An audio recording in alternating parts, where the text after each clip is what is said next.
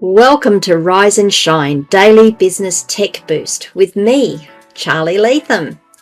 If you're a small business owner looking to simplify technology and get real, actionable advice from someone with 35 years of IT experience, you're in the right place.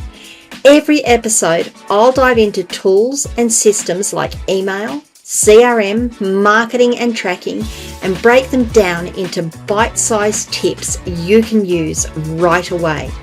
Your time is valuable, so let's get straight to the point. It's time to work smarter, not harder. Rise and shine, it's your daily dose of business tech inspiration with me, Charly Leetham.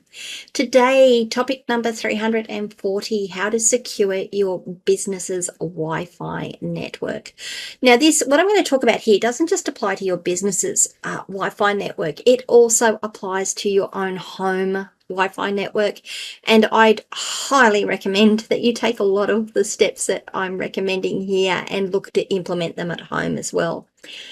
Your Wi-Fi network is possibly, is one of the ways that someone can compromise your tech, your IT, and get access to your network. So taking some of these actions, or all of these actions, some or all of these actions, is highly recommended to keep you as safe as possible.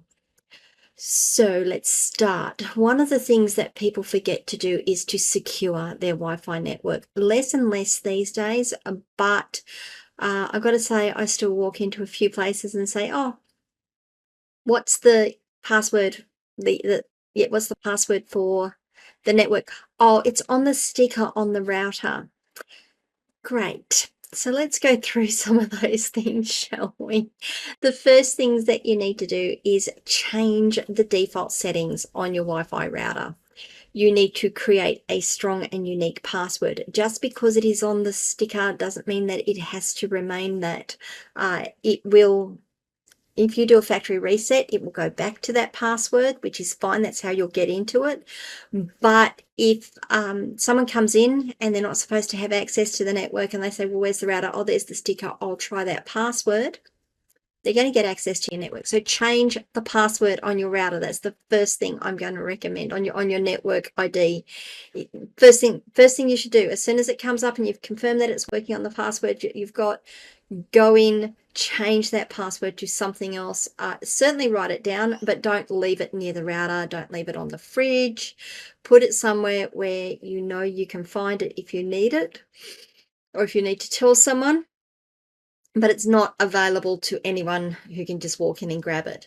The second thing I'm going to recommend, and it's not actually on my talking notes here, so I should have had it on my talking notes, is the actual physical login to the router. When you can actually connect to the router to change settings and stuff, you should change, if you can, the username. At the very least, you should also change the password on it. Most routers use admin and password as their standard logins. You should be able to change at least the password. Some of them you can't change the username, but absolutely change the password for the Wi-Fi itself, and change the username and password to access the router to change the settings. You get hackers like me, or people like me, I can walk in and get access to your router, change settings, lock you out. I could take over the router without a lot of hassle. So there's two things that you can do straight up, and they're very, very low cost, and they will give you an immediate level of security increase straight away. Immediate and straight away is exactly the same thing. Great, Charly. The other thing you should consider doing is using network segmentation. So lots of Wi-Fi routers these days, you can set up a multiple Wi-Fi networks through the one router. Most of them will say, do you want to enable guest access? So you can at least segment down to two levels. You can have an employee network and you can have a guest network. The guest network, you can then use the settings within the router to only give it access to certain resources on the network, or segment it out so that it only sees the resources on their segment. The employee side, you can show them everything. And then you can also then, in some systems, segment that down again to business critical operations so that you can prioritize traffic to them. So if it's your CCTV running through your network, you can prioritize your CCTV feed. You can prioritize access to the finance system if it's got to do updates remotely, whatever it is. So segment your network down. If you are not sure on how to do that, there will be someone who can help you. Again, you can book a 30-minute consult, a free 30-minute consult with me. I can talk through some of these things and point you in the right direction, even if I can't talk you through how to do it myself. 9 times out of 10, I could talk you through how to do it myself. But certainly segmenting the network is good. That then means that you can have visitors to your office. You can give them access to the internet, to the Wi-Fi, and get them out onto the internet, but not show them all of the devices and things that are on the back end of the network.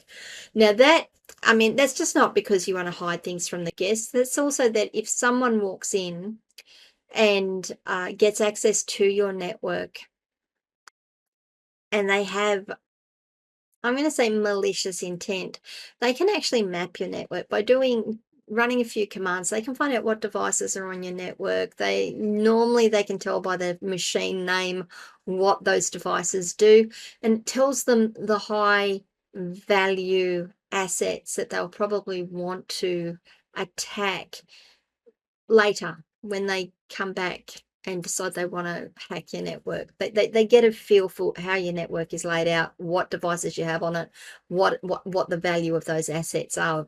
They can do that simply by the name in most cases. So there's the two things that you can do immediately, straight up, and increase your security tenfold. You can also do these on your home internet.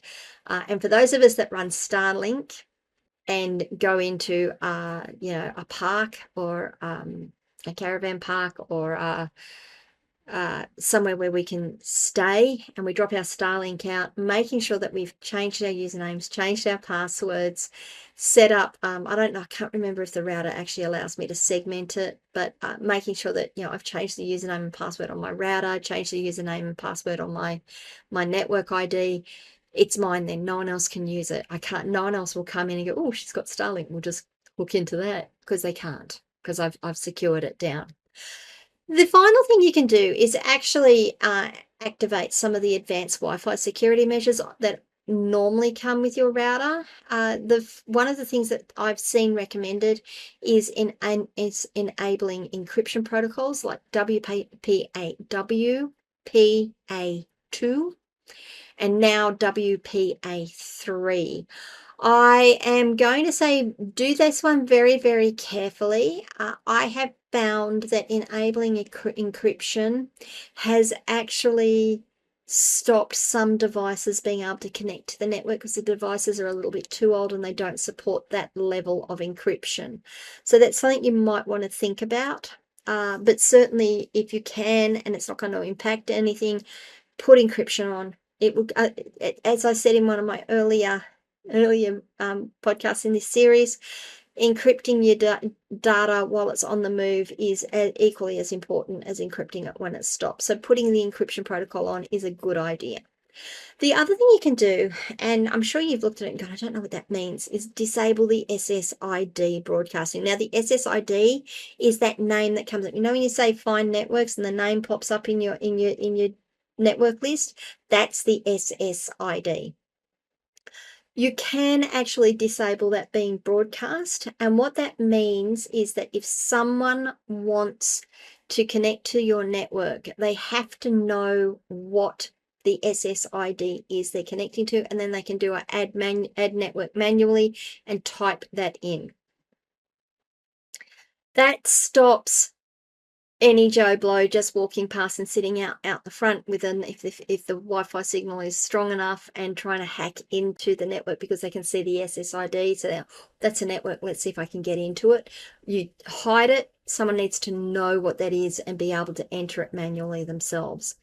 So there's 3 things that you can do to secure your business Wi-Fi network. I'd recommend entirely doing at least the first 2 at home as well. And if you can, the third one. It will make life so well. It won't make the third one may not make life easier. It will certainly make it more secure. What do you guys think? Have you secured your Wi-Fi network? Did you even think about securing your Wi-Fi network, or did you just let Telstra or Optus say, here's your Wi-Fi, here's your router, off you go.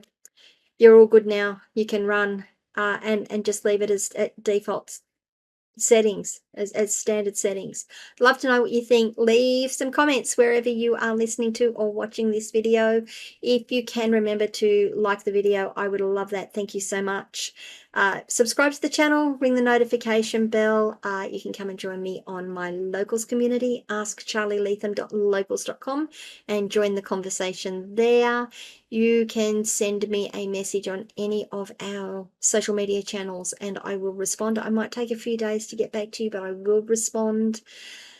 Apart from that, guys, I'm going to wish you a really secure day and I will see you tomorrow, and we're going to talk a little bit more about passwords, what makes a strong password, and some things to think about when you're creating your passwords. Bye, guys. Hey there, thanks so much for tuning in to Rise and Shine, your daily business tech boost. I hope today's episode gave you some actionable insights that will make your business tech work smarter for you. If you found value, be sure to subscribe, leave a review, and share it with other small business owners who could use a daily boost. For more tips, tools, and resources, visit www.askcharlyleetham.com. Until next time, keep rising, keep shining, and let's make tech simple together.